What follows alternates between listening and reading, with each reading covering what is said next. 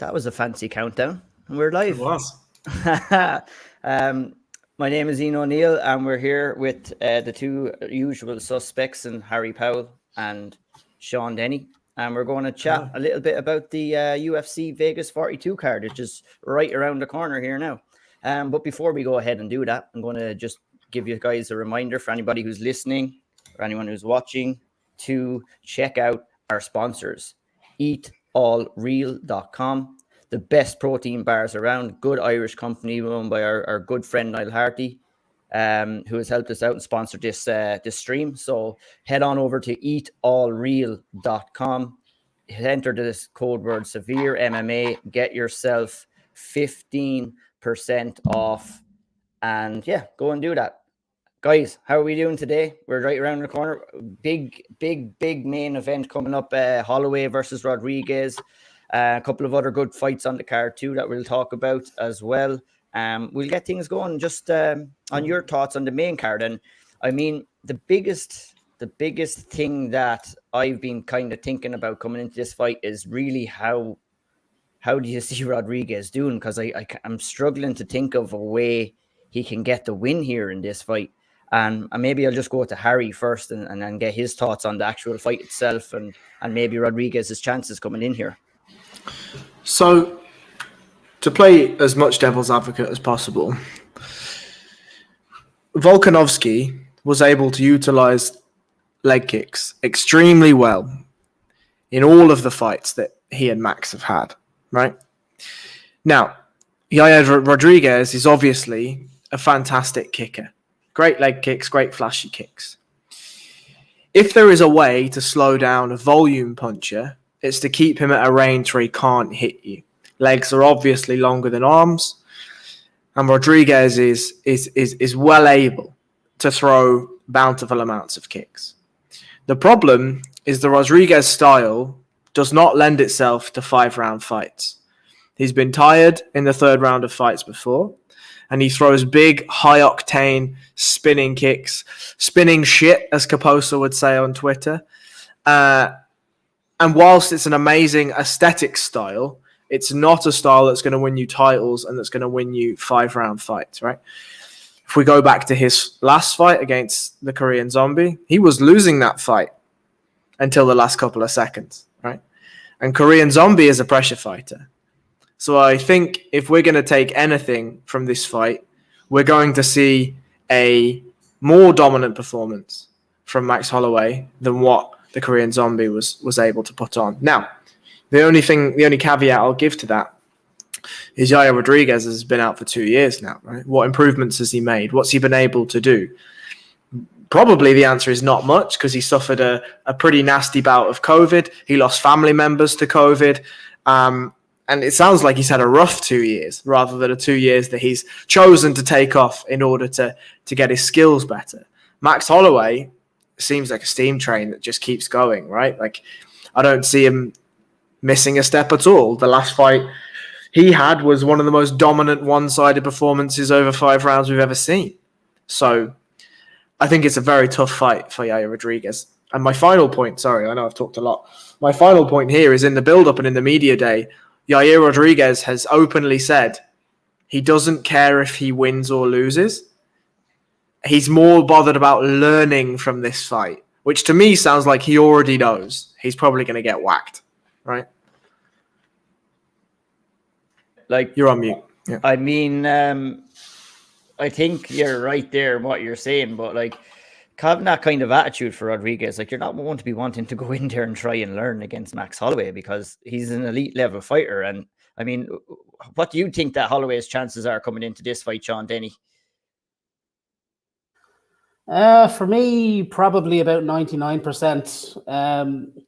I think if like you're looking at a KO for Yair, if he's even going to do it, Max's chin is unbelievable. I don't even know if he's ever been knocked down. So you'd be relying on his chin absolutely going. And if he's to get a knockout, he'll probably need something flashy. And I think Max is probably the best at spotting it coming. So all that spinny stuff gives Max a chance to react. So I think like if Yair is to win it, they're sort of trying to go outpointing him. using his kicking to keep him away, but it's not really his game. It's the style matchup is a bit harsh here for Yair.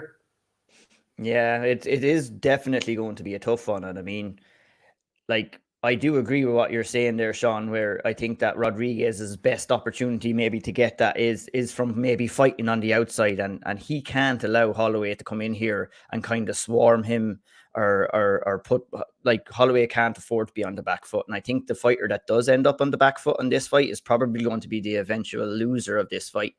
And I think that what Holloway should be looking at doing is probably coming in there and swarming and just getting into boxing range and just standing right in front of Holloway and just take away that kicking game at all. Like, I mean, when you're fighting on the outside, there's a lot more opportunities for Rodriguez to spot different things. But when you have Holloway coming in right and close and in boxing range, which he really loves to do and put the pressure on, I think that that's what he should be doing in this fight. And I think that that's going to put Rodriguez under serious pressure. And I'm just wondering what you think about that, Harry. One, I just want to say before you go there, Harry, anyone who's watching, feel free to leave a comment there. We'll answer any questions, or if you have anything to say about the fight itself, don't hesitate. Leave a comment there. We'll stick it up on the screen here. Yeah, back to you. So, if Yair is choosing to fight from the outside, you're giving Max that center quadrant. Right, the octagon, if you look at it physically, the UFC octagon anyway, if you look at it, it's split into sort of 3 segments, and they're determined by black lines. If Max is anywhere inside the first 2, you're fucked. Because he controls that space so well. His footwork in that space is so brilliant, and you don't want to be anywhere near anywhere else, right? The problem I think you have for Yair is probably happy to fight on the outside and point fight with him. Try and throw big kicks, try and throw flashy things, try and throw these things. But Max is eventually going to crowd him. And is he going to land the turning upside down elbow he landed against the Korean Zombie on Max? I don't know is the answer. But I think the percentage of that is very low. If I'm Yair Rodriguez, though, I am trying to land often and early to low kicks. I'm trying to slow the Max Holloway train down. And then I can see if I can fight on at a points range, right? I want to try and batter that lead leg as much as possible. As much as possible. We saw in the first Volkanovski fight that it did affect Max's game, right? He was switching stance more. He was struggling to land shots on that leg from that leg. So if Yair Rodriguez can do similar, then it's going to be a closer fight, right? Not a close fight, but a closer fight, I think. The game plan for me is no flashy movements from Yair Rodriguez in the first 2 rounds. All I'm doing, if possible, is landing lots and lots and lots of low kicks, and then see where we can ease into the fight. Yeah, 100%. I just got a few comments here. We will be just talking a little bit more about the main event and the slight run over of the main card, and definitely Mark Casey is going to be a hot topic on the undercard. We'll get right to that after we're finished talking about a couple of other fights. John Denny, that's Andrew Hickey, my man. Shout out Andrew Hickey. He's wondering if you're wearing a Polish jersey, and the Prince of Poland always will be representing Poland. So there's it is indeed. It is indeed. Good spot. Ken Allen asked if there was one best bet tonight, what would it be and why? We might get back to that there just a little bit as well. Before we wrap up about the talk about the main event here, I just want to get your guys' opinion on what might be next for Max Holloway if he does get the win, or his decision to maybe take this fight. Like, I mean, he probably could have gotten himself a title fight. Do you think he wants a title fight, or do you think he's maybe looking at move up to the lightweight division? And maybe I'll go to Sean Denny first and get your opinion on that. Yeah, I think for Max, like he's sort of happy enough to take a few fights when it suits him. He doesn't want to be sitting on the shelf. But I think after this one, you have to do the trilogy. The timelines will match up for the pair of them. I know he lost to 2. People will debate the results. So it'll be interesting. I think he'll take one more crack at that 145. And if he doesn't get the result there, I'd say he probably has to go up to 155 after that. Although didn't work out too well for him the last time he did that. So I think if he is to move up, he needs to take his time getting up there, adding the bulk in a smart way. And I think that would take him a significant bit of time. So for now, I'd say he's happy at 145. Take the trilogy, see how that goes, and then if it doesn't work out, I think 155 is the only way to go from there. 100%. And like, would you agree, Harry, with that in saying that, if he was to maybe make a move up the lightweight division, would he have to do it maybe in, like, it was a little bit of a quick turnaround when he went up there against Poirier, and I don't think he truly fitted into his 155-pound frame, to be honest, going up there, and it kind of showed in that Poirier fight. Yeah, I agree. I mean, if we think if we look at Poirier, if we look at even McGregor, right? If we look at the differences in their physique from when they were fighting at 145 to now how they're fighting at 155, they're different humans. Do you know what I mean? They're just different men. They're far, far, far more muscle bound. They're far more filled out. And Max is a lean guy, right? When you see him outside of camp, he's a lean guy. He's not a bulky guy at all, but he'll be heavy, right? Like, he's not going to be walking around at 150, 155, He's going to be walking around at 170, 180, something like that. And I think, I think that if you're going to do it, then yeah, take a year, do the John Jones approach, just minus the, crime. But, you do the John Jones approach where you take the time off, you build properly, you build your physique properly, go to the PI, right? See how you can do it and manifest the best version of yourself, right? But if Max wins here, can we maybe have some fun and do the Conor McGregor rematch? Yeah, I would be certainly up for that. I mean, that, and it would make sense at 155, obviously. Yeah, obviously. Of course. Yeah, it's not going to happen at 145. And no way. Yeah, it'd make a good bit of sense for McGregor. It'd be a good comeback fight for him. Not an easy one either. But he seems up for it, and Max seems up for it. And why wouldn't Max be up for it? It'd be red panty night for him if he was to get that fight. But just before we wrap up the talk on the main card, just go back to Tom's point here that it's not even that it's our job to make a case for Yair, but I know me when I'm looking and trying to cover the sport, and the guys as well, these are the things that we try and think about. If I'd like to put myself in Yair's shoes and try to think of what I can do to try and get a win here. And that's what the fun of kind of breaking and analyzing fights is for me, at least, So I have to agree with Tom, though, on what he said. I mean, it's really hard to see Yair Rodriguez get a win here. I just think it's a horrible matchup for him. The UFC he hasn't been the easiest to work with or match up in the past. And he's been cut before. Yeah, the UFC know that too. So they're going to be matching him up in these kind of fights too. So it'll be interesting. And maybe we'll just get a final opinion, final prediction on the fight. We'll go to Sean Denny first. Holloway possibly finishing him, but definitely over 300 strikes. I think he's going to break the barrier. Harry? So one thing I will say just to Tom, right, is we honestly don't know what Yair has been doing in the past 2 years, right? He well could have been going and turning himself into a grappler, right? Is that likely? No, it's not likely at all. But he could have been. And if he does, we may see some very interesting exchanges because Max is no slouch on the ground, or even getting him there, right? But yeah, I definitely see. I think it's a Holloway stoppage. I think we may see Holloway. I don't think we're going to see him break the 900 shot barrier. The reason for that is I think if Yair has any sense, he's going to come out and try and batter that league leg in the first couple of rounds, and Max is going to have to respect that and have to be aware of that. So I don't think we're going to see the level of shots that we saw against Calvin Kattar. However, Calvin Kattar did very well to keep himself, I say in the fight. He was never in the fight, but you know what I mean? He kept himself from having the fight stopped because he's a very, very, very good boxer. Yair is not that. So I think it will take way less to get Yair out of there. And I think I would take a Max Holloway stoppage at round 4.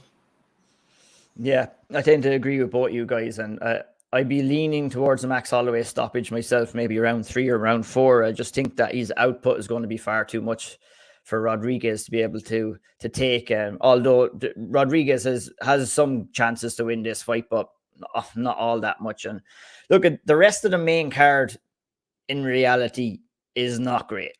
You know what I mean? There's not too many. You know, we've got Big Ben Rothwell fighting Rodrigo de Lima in the co-main event. Yeah, nothing really to write home about in that fight. I think that Rothwell is really coming into this fight after that win against Chris Barnett. He'll be looking to get back into keep that winning streak alive against Rodrigo de Lima, who picked up a win earlier on this year against Maurice Green. And I mean, I can see just that fight just going all 3 rounds and probably taking, I'd say Ben Rothwell would probably take that win home. What do you guys think quickly about the co-main event? For me, I think it's probably the most obvious submission win we're going to get. Rogerio de Lima, like he just gets caught in submissions a lot. He's been done by guillotines, been done by forearm chokes. There's no submission that exists that he hasn't fallen trapped to. So I think like you're looking at probably Rothwell like with a guillotine, or probably go for his ninja choke. I just don't see how Rogerio doesn't put himself into a terrible position at some stage. And Big Ben, he's a huge guy with great jiu-jitsu. It's only going that way, I feel.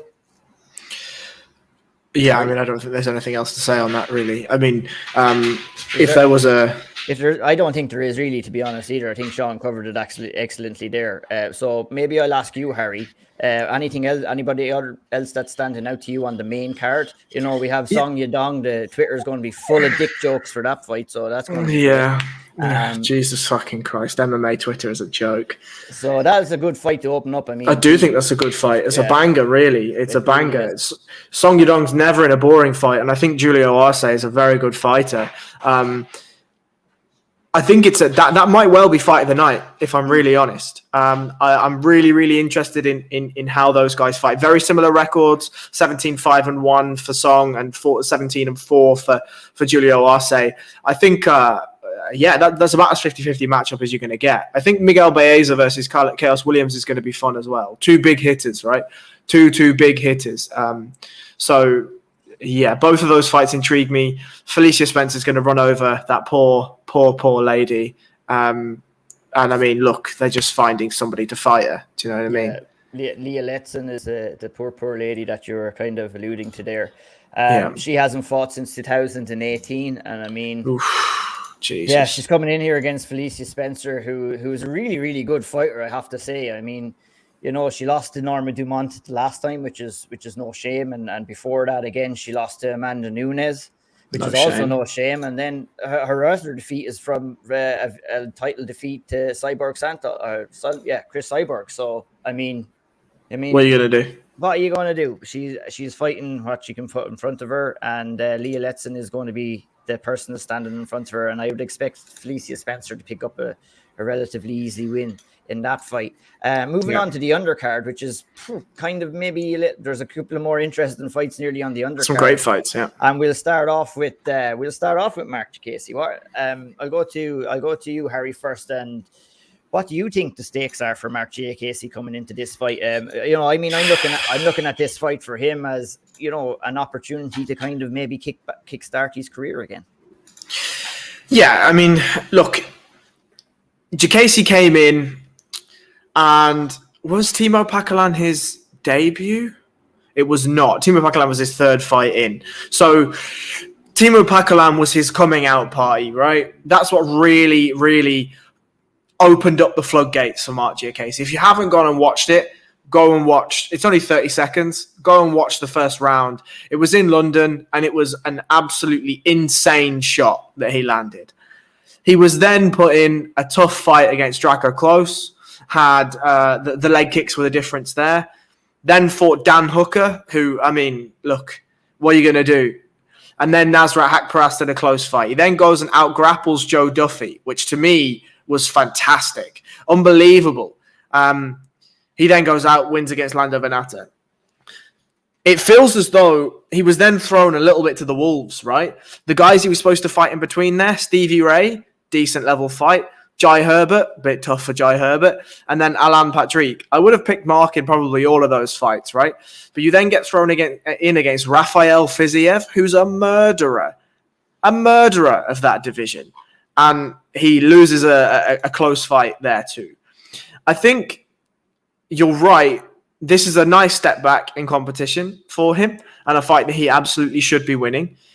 But if he goes out, I kind of feel if he goes out and puts on a masterclass here and finishes this fella, are we going to see him push to the wolves again, right? He looks the part. He speaks well. Even this guy is 29 fight veteran too. So, I mean, it's not going to be too easy for JKC in here, like, I don't think. But, you know, I do agree with you. It is a winnable fight for him. But, I mean, Rafael Alves, he's no joke either. No, I agree. But it feels to me as if there is a bit of lack of planning when it comes to some of the European fighters, right? We talk all the time about, when Joe Silva was there, he knew who the prospects were, he knew who the guys that could, build for him in certain areas. Mark Giacchese is absolutely one of those. He's a big fan favorite in the UK, and it seems to me, as I said, there's a severe lack of planning when it comes to how these guys are going to get built. I don't know what happens here. I don't see Mark getting cut or anything like that. But do you think that kind of attitude is down to the UFC matchmakers, or down to certain people's teams, or the fighters themselves? And what do you think? Because we have seen some pretty crazy matchups for European fighters. Jai Herbert had a tough start. Reese McKee obviously is the awful start. Yeah, just brutal. So, I mean, what do you think it's all down to? It's too many fighters on the roster, I think. I just think it's too many fighters and too many cards. There's, when Joe Silva was there, you had half the number of cards. So you could put fights together, and guys were available, right? Guys were available because they'd had 6 weeks, 8 weeks off. They'd had time to get in the gym. There was very, very, very, very, very little short notice fights as there are right now, right? You see guys coming in on 2 weeks notice all the time now, right? That was less prevalent back in the day, as I will say. But I think it's just too many cards, and the UFC need fighters. So the roster is inflated. And when the roster is inflated, a guy like Mark Giacchese, who isn't a guy like, say, Paddy Pimblett, who has a massive social media following, a massive fan base, you're not going to get that same attention from the matchmakers, right? It kind of seems to me that, in a kind of a business perspective, that the UFC knows who they can market and knows probably who they can't market, and it benefits a fighter if you're marketable in the UFC. It's about ease, right? Yeah, it's about ease. If you are somebody, and I mean, I use something egregious like Paddy Pimblett, right? He's literally signed, sealed, delivered package for marketing. All you do is chuck him on a podcast somewhere, put him on a radio broadcast somewhere. I mean, did you hear the pop that he got when the camera went to him at the last pay-per-view? The crowd went nuts. He's had one fight in the UFC. Do you know what I mean? Mm-hmm. He is ready-made for marketing for the UFC. And if it takes a little bit more building, if you're not profitable for them immediately, and Mark Giacchese is not that. He's not banging on the door for a title shot. He's not riding a crazy win streak in the UFC. It's just not going to happen for you. Yeah. You're going to have to do it yourself. And that road is generally a hard one. And we've seen that. You don't go Dan Hooker, Nasrat Haqparast, Straka Close in a back-to-back-to-back and come out, unless you're an elite fighter, and come out and win all of those fights in devastating fashion, right? You just don't. I bring in Sean Denny here, just get his thoughts on this and on what we've been saying, and maybe a little bit on Giacchese himself and his chances in this fight. Yeah, just to jump on what Harry was saying, at the moment, the circus is very much in the apex over in Vegas. Mark would be fighting every 3 months or something if the show was in Europe. You'd get the London show, you'd be Hamburg, Gdansk, Prague. You'd have 3 or 4 European shows each year, and that adds a little bit of a story. You've got more fans there. You're not going into enemy territory. You can build up your name a bit more because people remember you from the European scene. So I think that has been, for European fighters in general, has been a disaster. I think like the Apex, you're getting all 600 fighters put into a big giant blender. All the cards look the exact same. It's all in the same cage, all in the same arena. So it's very difficult to stand out now. Whereas I think if they were back in the arenas, like the likes of Mark, like I think would prosper a lot more. And Mark himself, like we know he's a man for the big occasion. We've watched him through the Bama years. But what I feel like he's always been a little bit short is that he's a great martial artist, but he's not necessarily getting the most out of his mixed martial arts. So we know he's a great grappler. That's what he started with. He's a fantastic wrestler. But he's also a great striker, which we've seen with a load of his knockouts, and he's flashy and he's fantastic when he starts spinning. And I hope we see a bit of that tonight. But I think he struggles in meshing it together, the two worlds. And I hope that in his time off, like I know he's running his own gym now. He's become more of a coach. So I'm hoping he's seeing that in his own game where he can maybe mesh his two styles in together and sort of make himself a good bit more complete. Because I think that's how he gets to the next level. Like we either get one Mark or the other Mark, but I think if you could mix them in, he could be an elite fighter. Yeah, that's very well said, Sean. I think that made a couple of excellent points there, and it'll be a good test for him tonight. I'd say, he's going to have to be testing his grappling skills out tonight. I'm not too sure that Rafael Alves is going to want to stand and bang with you, Casey, tonight. So it'll be interesting to see how that fight plays out. And before we wrap it up, then we won't spend too much longer talking about the card. Real quickly, we'll talk about maybe Sean Woodson, who is a guy I really enjoy fighting, who's going in there and fighting Colin Anglin tonight. Harry, just wondering what you think of Sean Woodson as a fighter. Obviously, he suffered his first defeat 2 fights ago against Julian Erosa, but came back against Yusuf Salal with an impressive win in the last time out. Are you looking forward to seeing him getting in there tonight? He always brings it, a really technical, savvy striker, and always is in entertaining fights. I'm really high on Sean Woodson because I'm really high on Yusuf Salal. I really, really like that guy. I really like the way he fights. I really like his striking. And Woodson went in there and took that fight away from him. And that's hella impressive, right? And even if you look, okay, he loses to Julian Erosa, right? Fine. Julian Erosa has a wicked Darce choke. But he then went and shut the door on Karl Bochniak. And we'll all remember his Contender Series knockout, right? Everyone remembers that one. So I'm really excited for this fight. I think Sean Woodson, again, in a roster that you're definitely getting swallowed up in, he has the benefit of being American and being in the US. So he can definitely keep his hype train rolling. But I'm very much looking forward to seeing Sean Woodson fight tonight for sure. What about you, Mr. Denny? Yeah, I'm pretty much the same. Like neither lad does anything the boring way, so we should get a good fight out of it, regardless of what happens. But Woodson is very good to watch. Really looking forward to that one. Me too. It should be a great fight. Anything else, Harry, that sticks out to you, maybe on the undercard that you'd like to talk about before we wrap this up? Well, I mean, it's pretty light, isn't it? I do like Thiago Moises versus Joel Alvarez. The Islam Makhachev fight was definitely a step too far in competition, but we've got an interesting matchup here. Joel Alvarez has looked really, really good as of late. Really good, He goes out there, finishes Joe Duffy, right? Not just beats him, whacks Alexander Yakovlev. This is a step up. But I think this is an interesting fight, right? It's Thiago Moises' litmus test of where are both fighters. Is Moises ready to stick around sort of that upper echelon of the division with the ranked fighters? Or is Joel Alvarez ready to take that from him? So I think that's a nice high-stakes matchup, and will be interesting to see where that goes. I feel as though Calvillo is probably going to get cut after tonight. I think Andrea Lee is a tough matchup for Calvillo.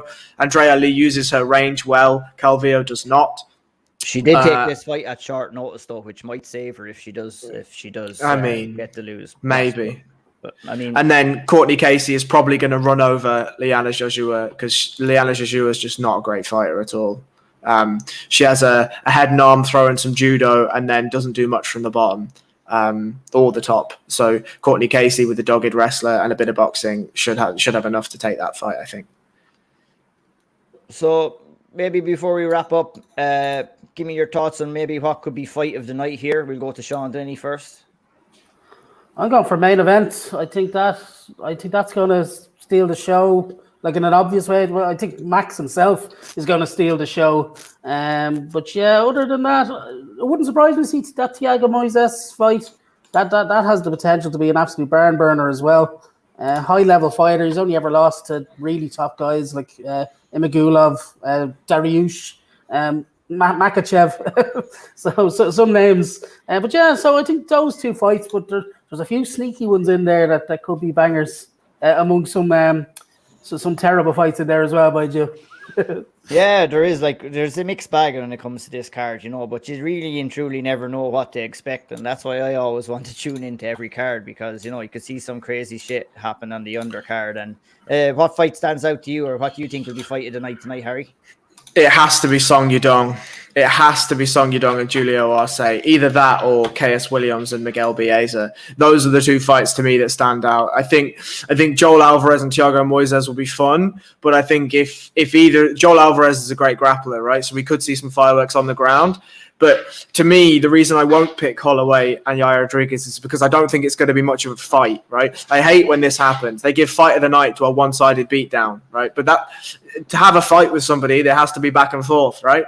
And I don't really see it being all that back and forth with Holloway and Rodriguez. So I think, I think Song Yudong versus Julio Arce is going to be a brilliant fight, and I expect Miguel Baeza and Chaos Williams to be fireworks for as long as it lasts.